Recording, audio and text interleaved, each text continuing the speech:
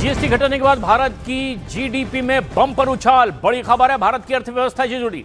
दूसरी तिमाही में भारत की जीडीपी 8.2% बढ़ी दिखाई दे रही है और जीएसटी घटने के बाद भारतीय अर्थव्यवस्था में ये एक बड़े बदलाव और ऊंचाई की ओर बढ़ती दिखाई दे रही है। 8.2% जीडीपी में बम्पर उछाल इस वक्त की एक बड़ी खबर है। और जब से जीएसटी में बदलाव किया गया है, जीएसटी घटने के बाद जीडीपी में जबरदस्त बढ़ोतरी देखने को मिली है।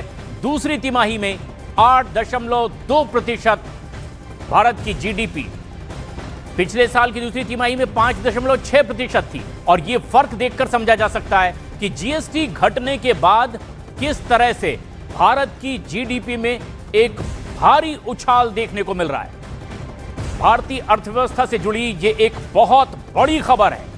जो बड़ा फैसला सरकार ने लिया जीएसटी घटाने का और नेक्स्ट जेन जीएसटी जिसे करार दिया, और अब ऐसे में अर्थव्यवस्था पर उसका जबरदस्त सकारात्मक असर भी देखने को मिल रहा है।